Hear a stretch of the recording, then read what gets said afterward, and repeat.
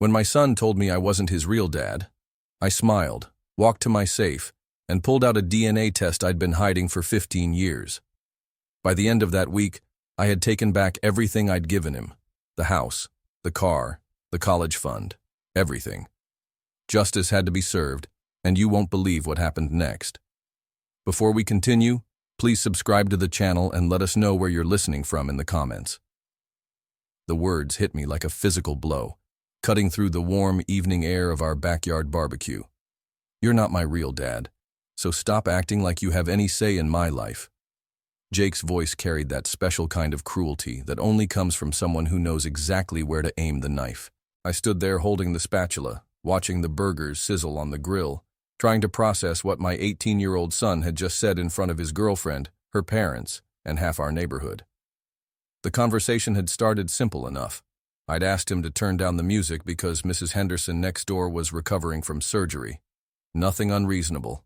Nothing that warranted nuclear warfare. But Jake had been pushing boundaries for months now, ever since he'd gotten into state university on what he assumed was his own merit. The entitlement had been building like pressure in a boiler, and apparently tonight was when it finally exploded. Jake. My voice came out steady, controlled. 15 years of practice had taught me how to stay calm when emotions ran high. We'll talk about this inside. No, we won't. He stepped closer, his chest puffed out like a rooster in a barnyard. I'm tired of pretending you're something you're not.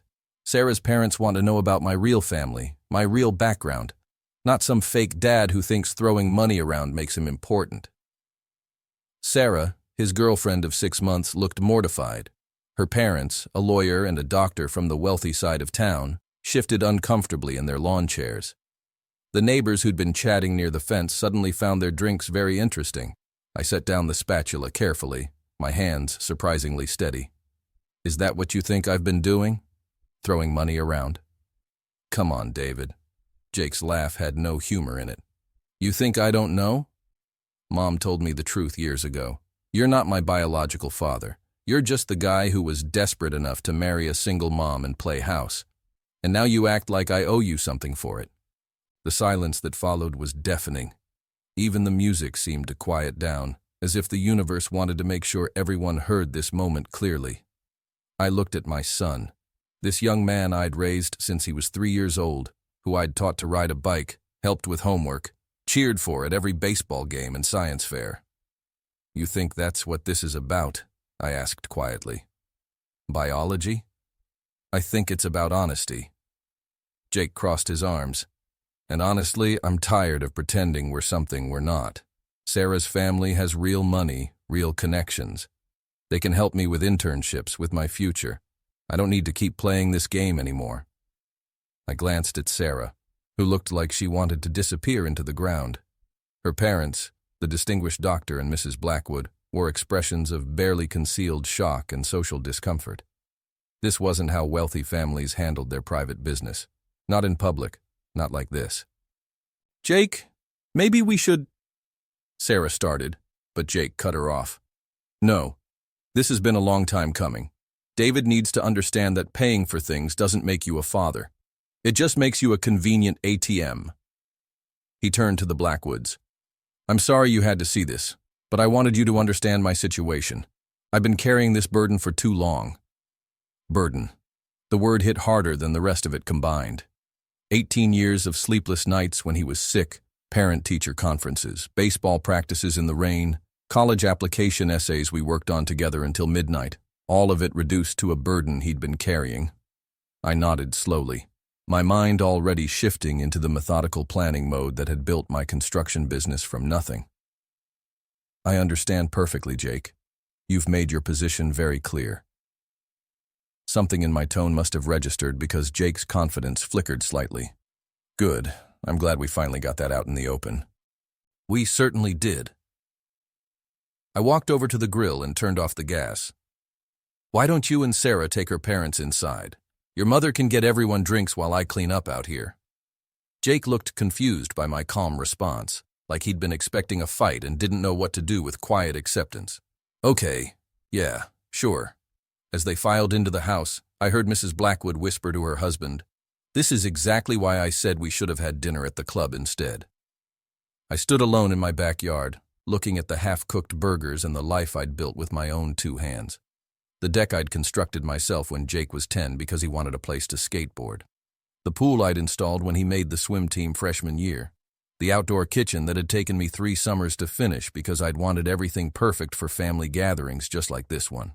18 years of believing that love was thicker than blood, that family was something you built with care and consistency rather than something you inherited through genetics. 18 years of being wrong, apparently. I pulled out my phone and scrolled through my contacts until I found the number I'd hoped I'd never need to use. Dr. Martinez, the geneticist who'd run a paternity test 15 years ago at Linda's insistence during our messy divorce proceedings. The test I'd never told Jake about. The test whose results sat locked in my office safe like a loaded weapon I'd prayed I'd never have to fire. But Jake had just changed the rules of engagement completely. The story began 21 years ago when I met Linda Morrison at a construction industry conference in Denver. She was working as an event coordinator, trying to make ends meet as a single mother to 3-year-old Jake. I was 32, successful enough to afford the conference, but still building my company from the ground up, working 18-hour days and sleeping in my office more often than my apartment. Linda was beautiful, smart, and completely overwhelmed. Jake's biological father, a married executive named Richard Coleman, had promised to leave his wife when Linda got pregnant, then disappeared the moment she refused to get an abortion. She'd been struggling for 3 years, working multiple jobs while trying to raise a toddler who looked nothing like her with his dark hair and serious brown eyes. I fell in love with both of them almost immediately. Jake was this incredibly bright little boy who asked a million questions about everything. Why were cranes so tall? How did concrete get hard? Could we build a castle in the backyard? He had this way of looking at the world like it was full of possibilities, and I wanted to be the one to show him how to reach them. Linda and I married when Jake was 4. I adopted him legally, changing his last name from Coleman to Mitchell. On the courthouse steps afterward, Jake asked if this meant I was his real dad now. I knelt down to his level and told him I'd always been his real dad. The piece of paper just made it official. For 8 years, we were happy. I built the construction company into something substantial while Linda managed the office.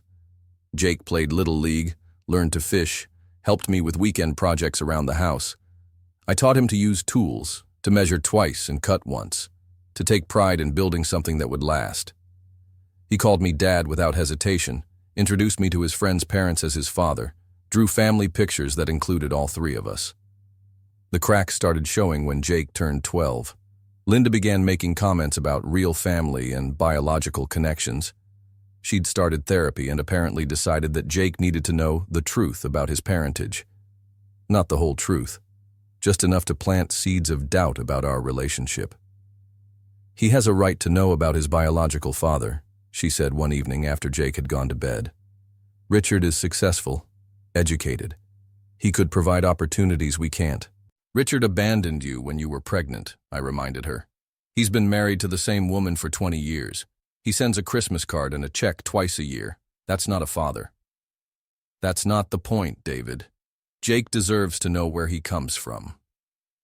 But I knew what was really happening. Linda had been reconnecting with Richard through social media. He'd gotten divorced, moved to California, started a tech company that went public. Suddenly, the man who'd disappeared when she needed him most was looking like a better bet than the construction worker who'd actually raised his son. The divorce came when Jake was 13. Linda filed papers claiming irreconcilable differences, but she'd already been talking to lawyers about custody arrangements and support payments. She wanted half my business, alimony and child support that would let her maintain the lifestyle she'd grown accustomed to. That's when she demanded the paternity test. I want to be absolutely certain about everything before we finalize the divorce, she told her lawyer in front of me. Jake has been asking questions about his biological father, and I think we all deserve clarity. The test confirmed what I'd known in my heart for 10 years. I wasn't Jake's biological father. The DNA evidence was conclusive. There was no genetic relationship between us whatsoever. Richard Coleman was indeed Jake's biological parent, something Linda had apparently never doubted despite years of telling me otherwise. But here's the thing about paternity tests. They only prove biology. They don't prove anything about who changed diapers at 3 a.m., who taught a scared kid to ride a bike, who spent hours helping with math homework, or who showed up to every game even when work was crushing. Biology is just science. Fatherhood is something completely different. I kept the results to myself and continued fighting for joint custody. The judge didn't seem impressed by Linda's sudden interest in biological truth and awarded us 50-50 custody based on Jake's best interests, not genetics. Jake spent every other week with me, and during those weeks, nothing changed. I was still dad. He was still my son. Biology was just a detail that didn't affect how we loved each other. But Linda was persistent. She started introducing Jake to Richard through video calls and summer visits to California. Richard, now successful and divorced, was suddenly interested in playing father to the teenager he'd never bothered to know.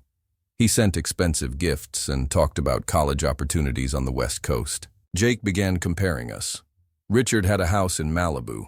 I had a 3-bedroom ranch in suburbia. Richard drove a Tesla and wore expensive suits. I drove a pickup truck and owned work boots. Richard talked about technology and investments. I talked about construction projects and practical skills. The financial pressure was relentless. To compete with Richard's lifestyle, I found myself spending money I didn't have. When Jake wanted the latest iPhone, I bought it. When he needed a car for his 16th birthday, I co-signed for something way beyond my budget. When he talked about college, I started saving every penny to make sure he could go anywhere he wanted. Over the past 5 years, I'd spent approximately $180,000 trying to be the father Jake deserved. Private tutoring when his grades slipped, $15,000. The car and insurance, $35,000. College application consultants, $8,000. Summer camps and programs, $25,000. The college fund I'd been building since he was 4, $97,000. Not to mention clothes, electronics, vacations, and the 1,000 other expenses that come with raising a teenager who's comparing you to a millionaire tech executive. I'd refinanced my house twice to cover the costs. My business was profitable, but not compete with Silicon Valley money, profitable. Every month I was choosing between building my retirement savings and building Jake's future. I chose Jake every single time, and apparently none of it mattered because I wasn't his real dad. The irony was almost funny. Richard Coleman had provided DNA and child support checks. I'd provided everything else.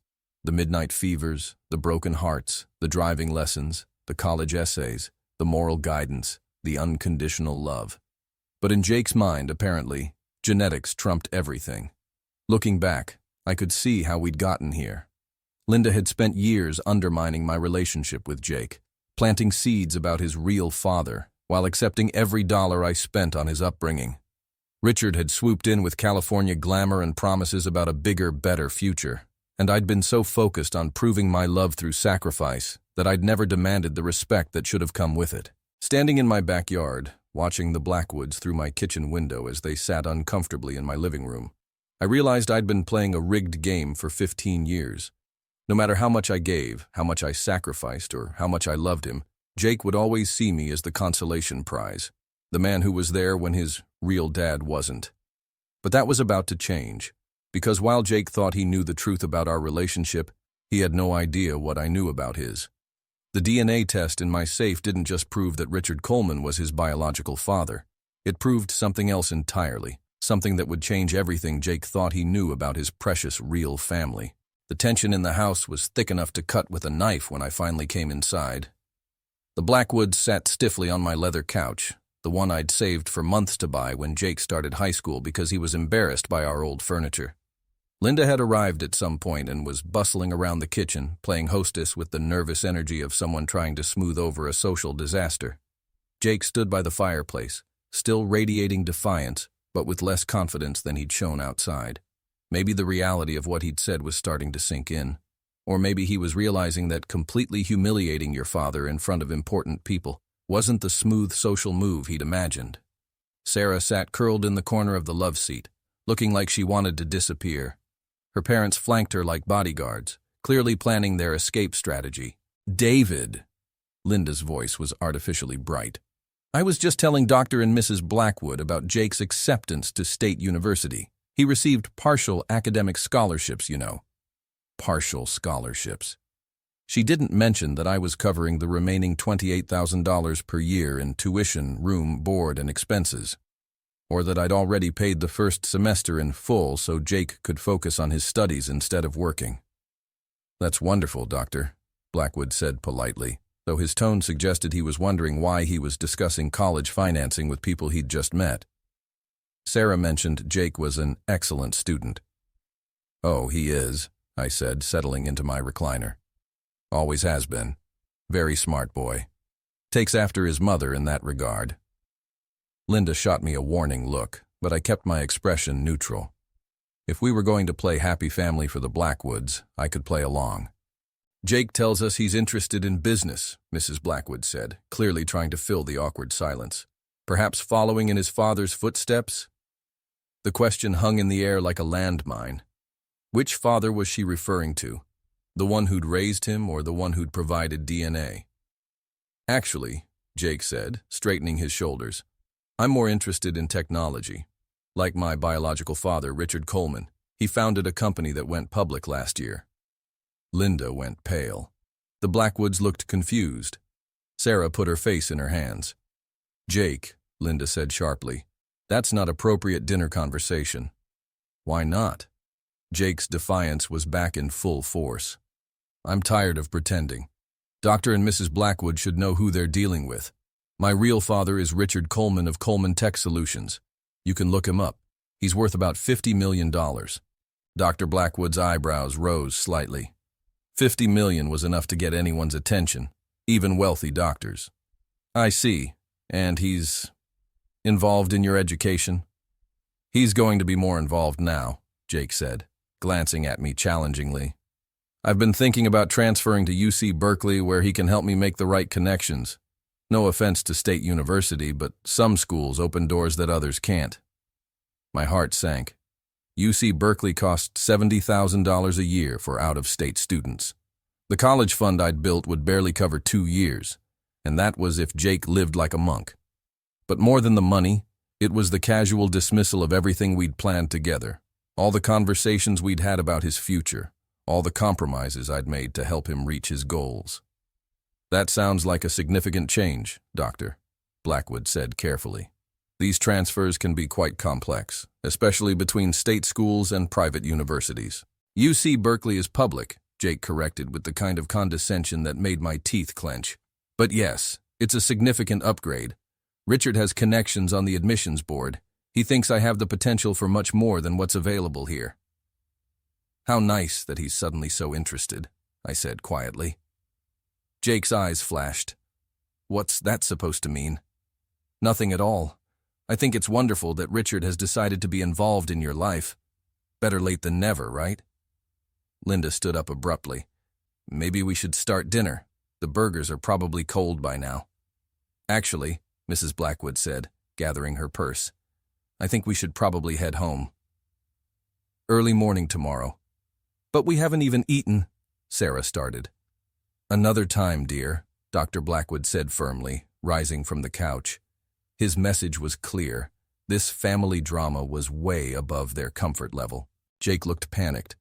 "Wait, you don't have to leave. Everything's fine here. This is just family stuff." "Exactly," Dr. Blackwood said. "Family stuff that you should probably work out privately." As the Blackwoods made their polite but swift exit, I watched Jake's face crumble.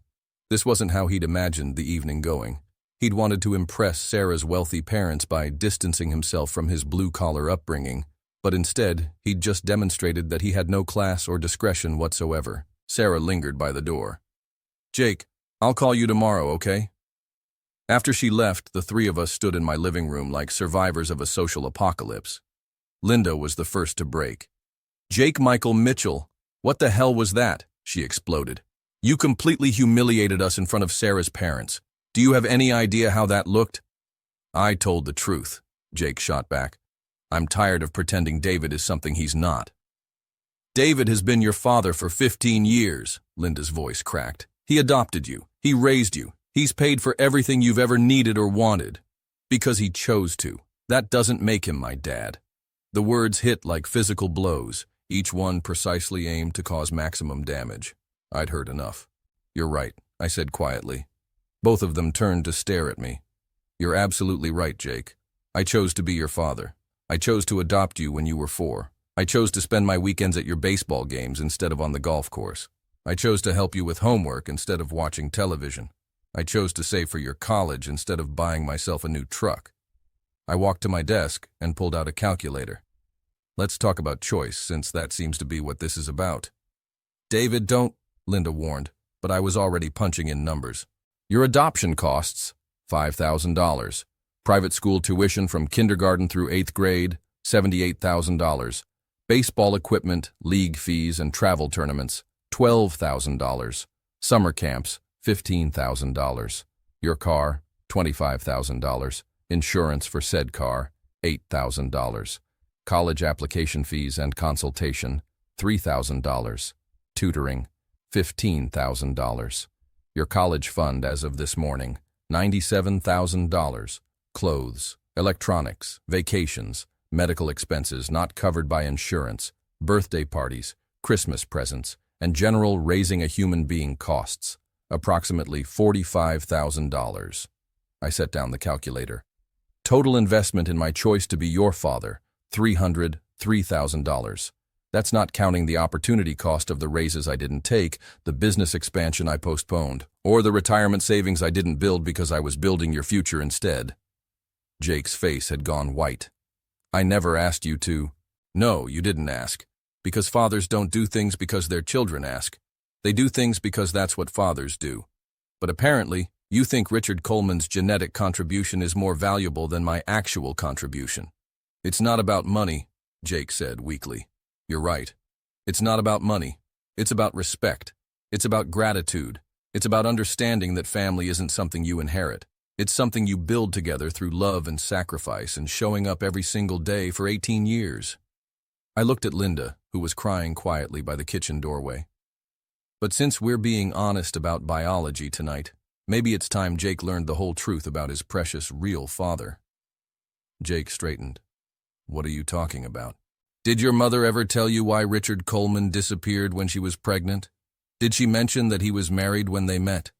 That he told her he'd leave his wife, then changed his mind the moment things got complicated? David, stop, Linda whispered. Did she tell you that he offered to pay for an abortion but refused to have anything to do with a baby? That he sent exactly 12 checks in 15 years, totaling $3,600? That works out to about $20 a month in child support, in case you're wondering. Jake looked at his mother. Is that true? Linda wiped her eyes. It's complicated, Jake. What's complicated about abandonment? I asked. Richard Coleman had 15 years to be your father. He chose not to. I had 15 years to walk away. I chose to stay. But apparently, his genetics are more important than my choices. But he wants to be involved now, Jake protested. He's changed. Has he? Or does he just want to play daddy now that you're old enough that he doesn't have to change diapers or lose sleep? Now that someone else did all the hard work of actually raising you? I walked to my safe and began spinning the combination. You want to know about biology, Jake? You want to know about your real father? Let me show you something. The manila envelope was exactly where I'd left it 15 years ago, sealed and marked with Dr. Martinez's laboratory stamp. I'd hoped I'd never have to open it, never have to use it as a weapon in a war I'd never wanted to fight. What is that? Jake asked. The paternity test your mother insisted on during our divorce, the one that proved Richard Coleman is your biological father. I held the envelope without opening it. But there's something else in here, something your mother never told you, something Richard probably doesn't even know. Linda had gone completely white. David, please don't do this. Don't do what? Tell him the truth? Isn't that what tonight has been about? Truth? I opened the envelope and pulled out the lab results, pages of genetic markers and probability percentages, all leading to the same conclusion. Richard Coleman was Jake's father with 99.97% certainty. But stapled to the back was a second report, a health screening that Dr. Martinez had included as part of his comprehensive testing, a screening that revealed genetic markers for conditions that could affect Jake's future health decisions. This second report shows something interesting, Jake. Your biological father carries genetic markers for Huntington's disease. Do you know what that is? Jake shook his head, but Linda had sat down heavily in a kitchen chair. It's a degenerative neurological condition. It typically manifests in middle age. It causes progressive breakdown of nerve cells in the brain, affecting movement, cognition, and emotional state. It's genetic, which means Richard's father probably had it. And there's a 50% chance Richard will develop it, and a 25% chance you will. The room went silent except for the hum of the refrigerator. The good news is that there are tests now to determine if you carry the gene. The bad news is that Richard never told your mother about his family's medical history, never mentioned that his father died of Huntington's at 58, never suggested that you might want to be tested. Jake sank into a chair. Why didn't you tell me? Because I hoped you'd never need to know. Because I hoped that when you were old enough to make your own decisions about genetic testing, we could discuss it together as father and son. Because I didn't want you to spend your childhood worried about a disease you might never develop. I put the papers back in the envelope. But since we're talking about what real fathers do, maybe you should know that I've been quietly funding research into Huntington's disease for the past 10 years. I've donated $25,000 to the Huntington's Disease Society of America. I've made sure my health insurance would cover any testing or treatment you might need. I've planned for a future where you might need care that I wanted to be able to provide. Jake looked up at me with something that might have been shock. You've been planning for that? That's what fathers do, Jake. Real fathers. We plan for every possibility. We prepare for the worst while hoping for the best. We don't just show up when it's convenient or profitable. Linda was crying openly now. David, I'm so sorry. I never meant... You meant exactly what happened, I said quietly. You wanted Jake to choose Richard's money over my love. You wanted him to see biology as more important than the family we built together. Congratulations. You got what you wanted. I looked at Jake, this young man I'd raised and loved and sacrificed for, who'd just reduced me to a convenient ATM in front of strangers. So, here's what's going to happen. You want Richard Coleman to be your real father? Fine, you can have him, but you can't have both. You can't have his genetics and my wallet. You can't dismiss me as a fake father while expecting me to keep paying for your real education. What are you saying? Jake's voice was barely a whisper. I'm saying that effective immediately, your trust fund is closed. Your college fund will be transferred to a scholarship program for kids who actually appreciate the adults who invest in their futures. Your car payments, insurance, phone bill, and credit card are your responsibility now. And since you're so eager to transfer to UC Berkeley to be near your real father, you can ask him to pay the $70,000 a year it costs. Jake looked panicked. You can't just cut me off. I can do exactly that. I'm not your real father, remember? I'm just some guy who was desperate enough to marry a single mom and play house. Well, playtime's over. The silence that followed my ultimatum stretched like a taut wire ready to snap. Jake sat frozen in his chair, the color draining from his face as the reality of his situation began to sink in. Linda stood by the kitchen counter, tears streaming down her cheeks, but I was past the point of caring about anyone else's emotional state. You can't be serious, Jake finally whispered. You're going to throw away 18 years because of one fight? I'm not throwing away anything, I replied calmly. You already did that when you told a yard full of people that I'm not your real father. When you reduced 18 years of love and sacrifice to throwing money around. When you called me a burden you've been carrying. I didn't mean it like that. Yes, you did. My voice stayed level, controlled. You meant every word. You've been thinking it for months, maybe years. Tonight you just finally said it out loud. Linda stepped forward, her hands shaking. David, please. He's just 18. He's confused and angry and old enough to make adult decisions, I interrupted. Old enough to tell his father, his fake father, that he's not welcome in his life. Old enough to announce his plans to transfer to California and start fresh with his real family. So he's old enough to live with the consequences of those decisions. Jake's panic was escalating. But the college fund, that's my money. You saved it for me. I saved it for my son, I corrected. But you've made it very clear that you're not my son. You're Richard Coleman's son. So ask Richard Coleman to pay for your education. He doesn't even know about Berkeley yet. I haven't talked to him about. Then you better make that call fast because tuition bills don't wait for family reunions. The desperation in Jake's voice was growing. This is insane. You can't just destroy my future because your feelings got hurt. Your feelings got hurt?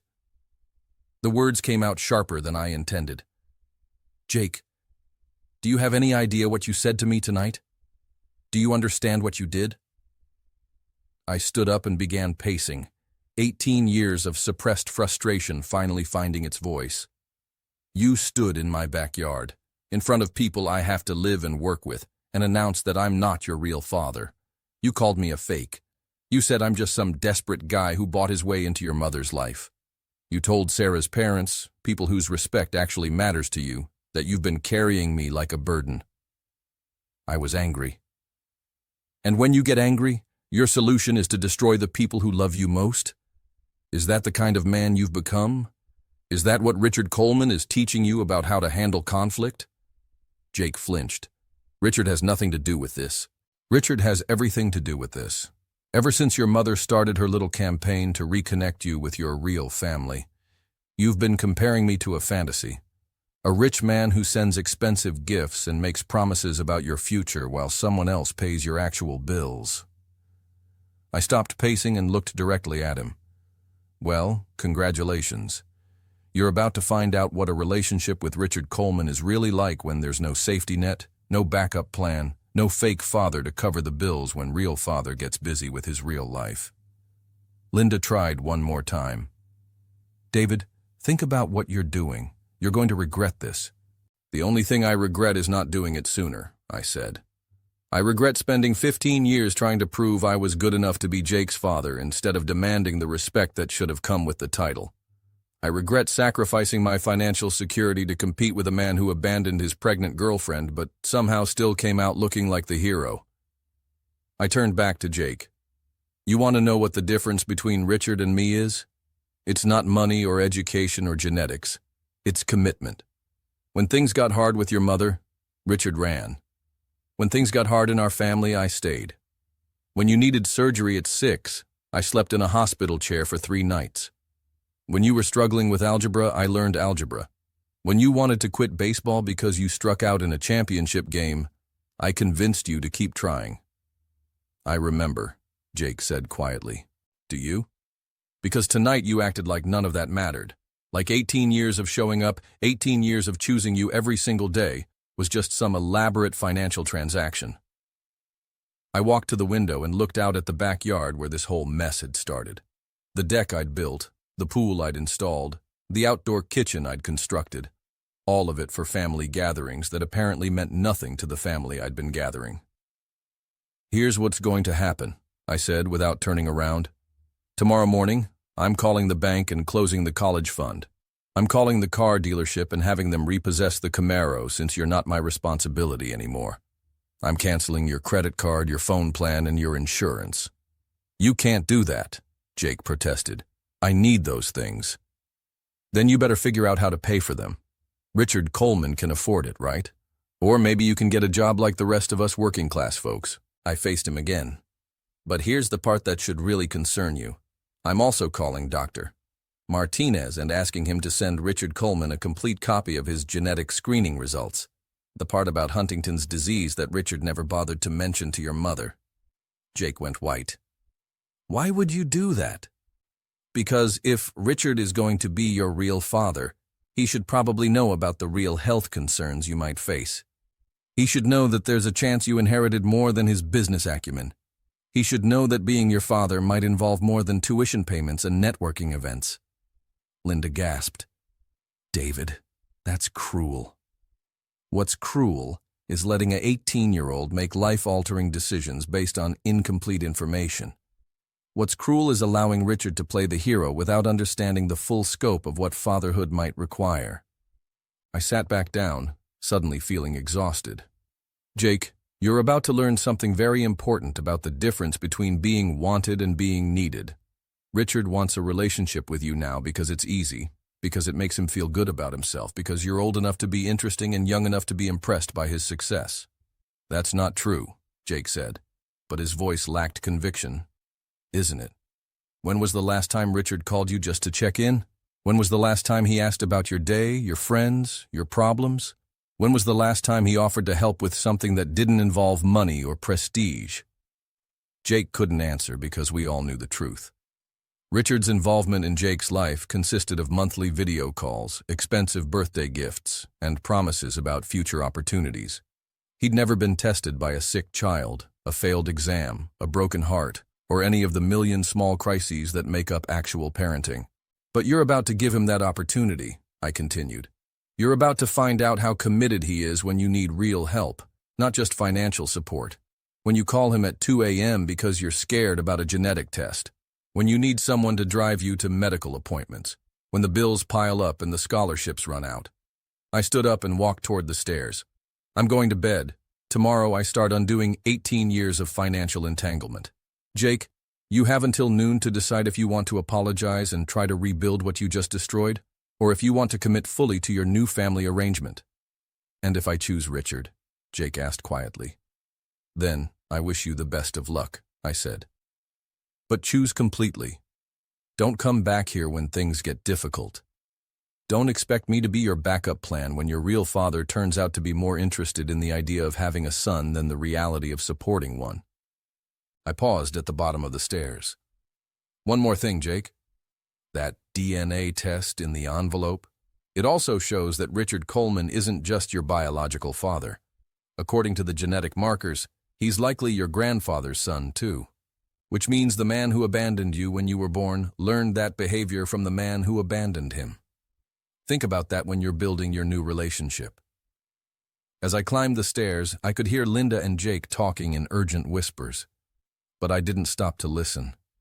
18 years of being their safety net was over. Tomorrow, they would learn what life looked like without someone who chose to love them unconditionally. I didn't sleep much that night.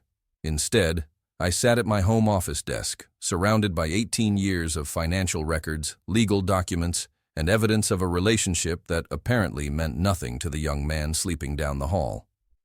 By morning, I had a plan that was both methodical and comprehensive. The first call was to First National Bank at exactly 9 a.m. Mr. Mitchell, this is regarding the education savings account for Jake Mitchell, the customer service representative said after I'd provided all the necessary verification. You want to close the account completely? That's correct. I want the full balance transferred to my business checking account, and then I want to write a check to the Children's Education Foundation, the entire $97,000. Sir, that's a significant amount. Are you certain about this decision? I looked out my office window where Jake's Camaro sat in the driveway, the car I'd co-signed for and had been making payments on for 2 years. I'm absolutely certain. There may be tax implications for such a large charitable donation. I understand. Please proceed with the transfer. The second call was to Mountain West Auto Finance. Mr. Mitchell, I see you're calling about the 2022 Camaro SS. Are you looking to refinance or? I need to remove myself as co-signer and primary account holder. The vehicle should be repossessed if the remaining party cannot qualify for the loan independently. There was a pause. Sir, that would require the other party to requalify for the full loan amount independently. Given that Jake Mitchell is 18 with limited credit history and no reported income, that's unlikely. I understand. Please begin whatever process is necessary. The third call was to our family attorney, Margaret Chen, who'd handled the adoption papers 15 years ago. David, I have to ask, are you sure about this course of action? These changes are irreversible. Margaret, if your 18-year-old daughter told you that you weren't her real mother in front of a yard full of people, then announced her plans to go live with her biological parents who'd abandoned her, what would you do? I'd probably be sitting in my office making the same phone calls you're making, she admitted. But David, Jake is young. Young people say things they don't mean when they're angry. He meant every word, Margaret, and more importantly, he's been planning this for months. The UC Berkeley application, the conversations with Richard Coleman about transfers and internships, this wasn't a moment of anger. This was a calculated decision to upgrade to a better family. What do you want me to do? I want you to draft a document that formally relinquishes my financial responsibility for Jake's education, medical expenses, and general support. I want it to specify that all previous financial contributions were gifts, not loans, and that no future support should be expected. I want it legally bulletproof. David, and I want you to send a copy to Richard Coleman with a cover letter explaining that his son is now his complete financial responsibility. Include Dr. Martinez's contact information in case Richard wants to discuss Jake's genetic health screening. There was a long pause. You're really going to destroy this relationship over one fight? Margaret, I'm not destroying anything. I'm just stopping my financial participation in a relationship that Jake has made clear he doesn't value. If he wants a relationship with me after this, it'll have to be based on something other than money. The fourth call was to Jake's phone carrier. I need to remove one line from the family plan and transfer financial responsibility to the user. Sir, if the user can't qualify for individual service, the line will be disconnected. I understand. By 11 a.m., I had dismantled 18 years of financial safety nets. The college fund was donated to charity. The car was scheduled for repossession. The credit card was canceled. The phone line would be disconnected within 24 hours if Jake couldn't establish his own account. The insurance policies were modified to remove him as a beneficiary. But I wasn't done. I drove to Jake's high school and requested a meeting with his guidance counselor, Mrs. Patterson, who'd been working with us on college applications. Mr. Mitchell, I have to say, Jake's decision to suddenly pursue UC Berkeley instead of State University is quite a change. The application's deadlines have passed, and transfer admissions for fall semester are extremely competitive.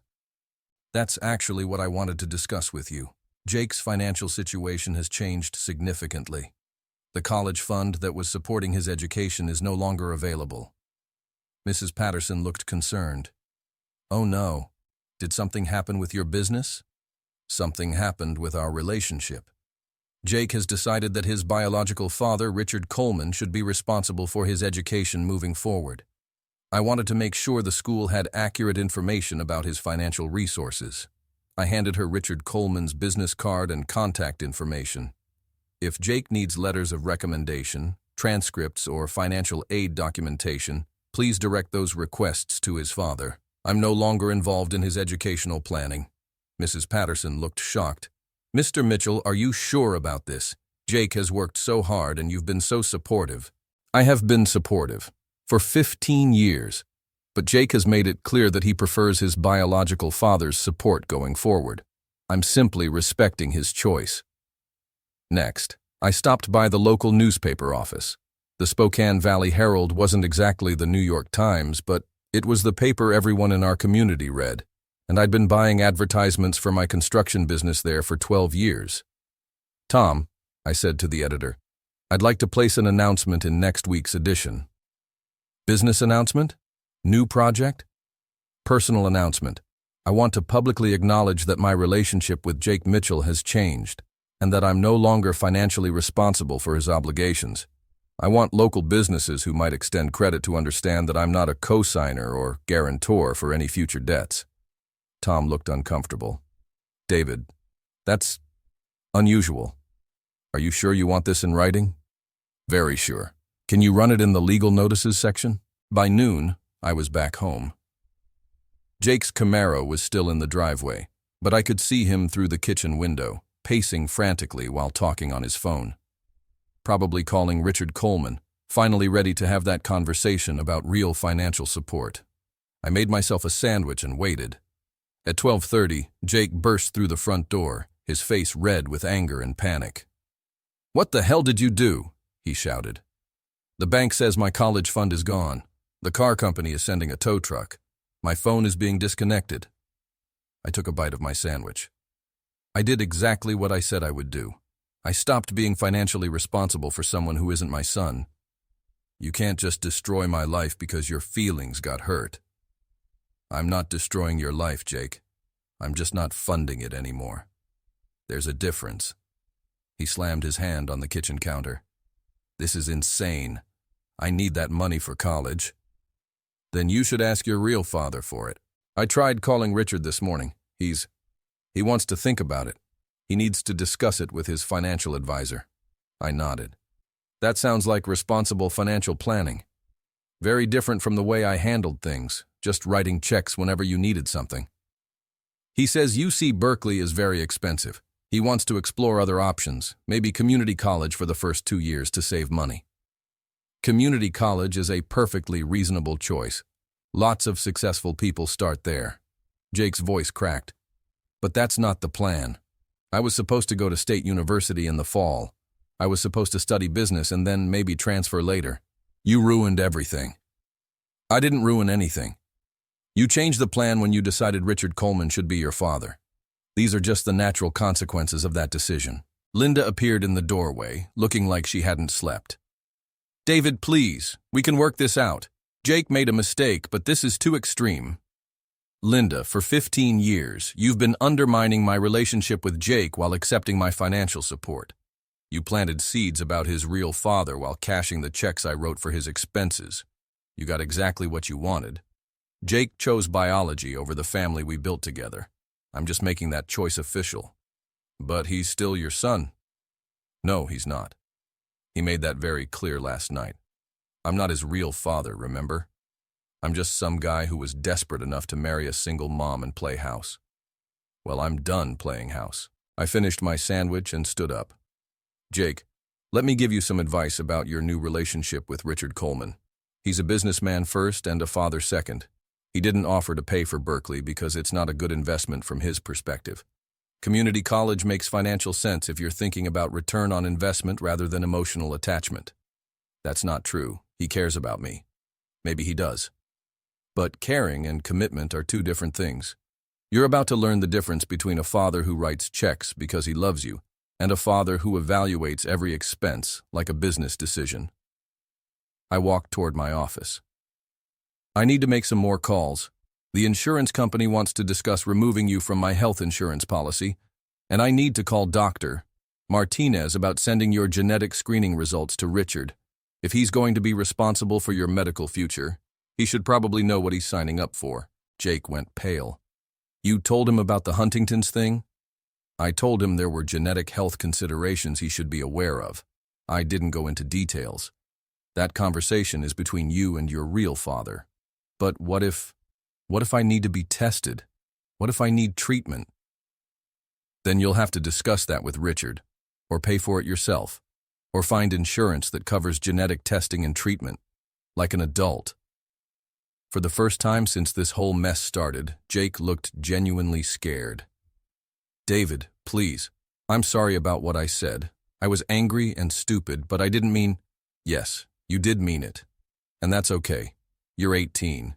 You get to make adult decisions about your relationships and your future, but I also get to make adult decisions about my financial responsibilities and my emotional investments.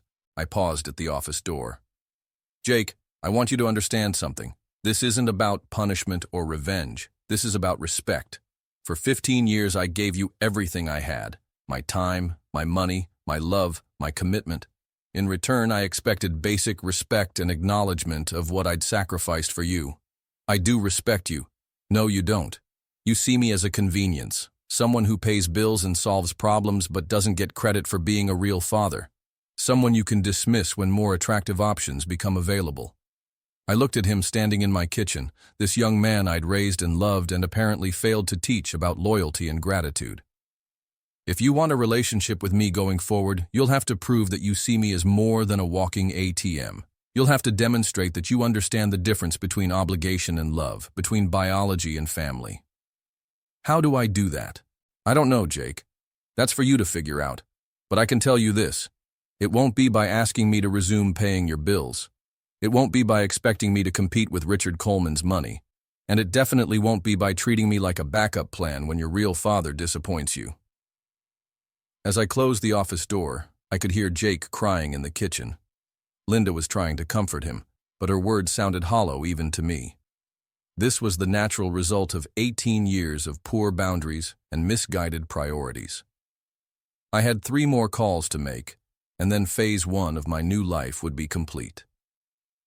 3 weeks later, I was having coffee at Mel's Diner when Tom Henderson approached my table. Tom owned the hardware store downtown and had been buying construction supplies from my company for 8 years. David, I saw that notice in the paper about Jake. I'm sorry things worked out that way. I nodded. Thanks, Tom. Sometimes families grow in different directions. For what it's worth, I think you did the right thing. My youngest tried to pull something similar when he turned 18. Suddenly his stepfather wasn't good enough, wanted to reconnect with his biological father who'd been absent for 12 years. How did that work out? About like you'd expect. Bio-dad was all talk until it came time to pay for college. Then suddenly he was too busy with his new family to help much. My son came back home with his tail between his legs, but we made him work for 2 years before we'd discuss college funding again. Tom sat down across from me. Jake working anywhere? He got a job at the grocery store, minimum wage, part-time, trying to save money for community college in the spring. And Richard Coleman? Turns out Richard's enthusiasm for fatherhood decreased significantly when he learned about the potential genetic health issues. He's willing to help with educational expenses, but only if Jake maintains a 3.5 GPA and agrees to study something practical, like accounting or business management. Tom shook his head. Amazing how different real responsibility looks compared to the fantasy, isn't it? Over the past 3 weeks, I'd learned a lot about what happened when you removed financial safety nets from entitled young adults. Jake had lasted exactly 4 days without his car before reality set in. The city bus system didn't run to his girlfriend Sarah's neighborhood, and suddenly their relationship became much more complicated. Sarah's parents, the prestigious Dr. and Mrs. Blackwood, had made it clear that Jake was no longer welcome at their dinner table. Apparently, his public meltdown at our barbecue, combined with the news that his college funding had evaporated, had convinced them that he wasn't suitable boyfriend material for their daughter who was headed to Stanford in the fall. Jake's phone had been disconnected for a week before he managed to get a basic prepaid plan with his grocery store earnings. No unlimited data, no latest iPhone, just a flip phone that could make calls and send texts. The adjustment had been difficult for someone accustomed to constant connectivity. But the biggest shock had come when Richard Coleman finally called Jake back after receiving Dr. Martinez's genetic screening information. "He wants me to get tested," Jake had told Linda over dinner, not knowing I was listening from the next room. "He says he needs to know if I have the Huntington's gene before he makes any long-term financial commitments to my education." "What did you tell him?" Linda asked. "I told him I needed to think about it. The test costs $4,000, and insurance won't cover it unless I have symptoms. Richard says he'll pay for the test, but only if I agree to let him make decisions about my future based on the results." I'd felt a cold satisfaction hearing that. Richard Coleman was approaching fatherhood exactly like the business transaction I'd always known it was for him. Jake wasn't his son. He was a potential investment that needed proper risk assessment before committing significant capital. The contrast with my approach couldn't have been clearer. I'd known about the genetic risk for 15 years and had never once considered it relevant to how much I loved Jake or how much I was willing to invest in his future. Love doesn't come with conditions or risk assessments. But Jake was learning that biology-based relationships often do. Mrs. Patterson called me the previous week with an update on Jake's college situation. "He's applied to 3 community colleges for spring admission," she reported. Richard Coleman sent a letter saying he'll contribute $5,000 per year toward education expenses, provided Jake maintains academic standards and pursues a degree that aligns with practical career objectives. "What about State University?" Jake asked about deferring his admission, but the scholarship offers expired when he didn't confirm enrollment.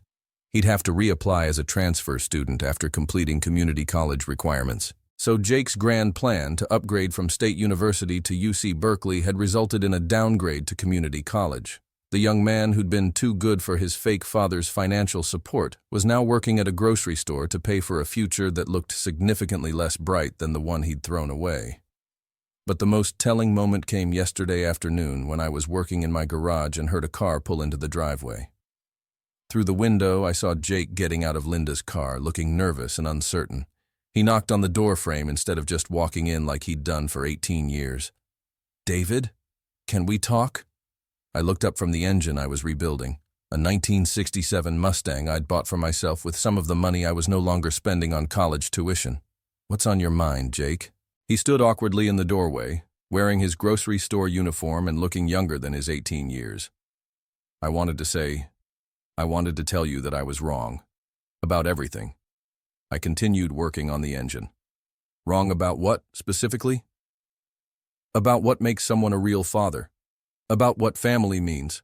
About how I treated you. I set down my wrench and looked at him directly. Go on. Richard isn't. He's not what I thought he would be. He talks about me like I'm a business project. Everything has conditions and requirements and performance metrics. He doesn't ask how I'm doing or what I'm thinking about. He just wants status reports on my grades and my career planning. Jake sat down on an old crate, looking defeated. And when I try to talk to him about normal stuff, like how work is going or what movies I've seen, he acts like I'm wasting his time, like I'm not important enough for casual conversation. That must be disappointing. It is. But the worst part is realizing what I threw away. You never made me feel like I had to earn your attention.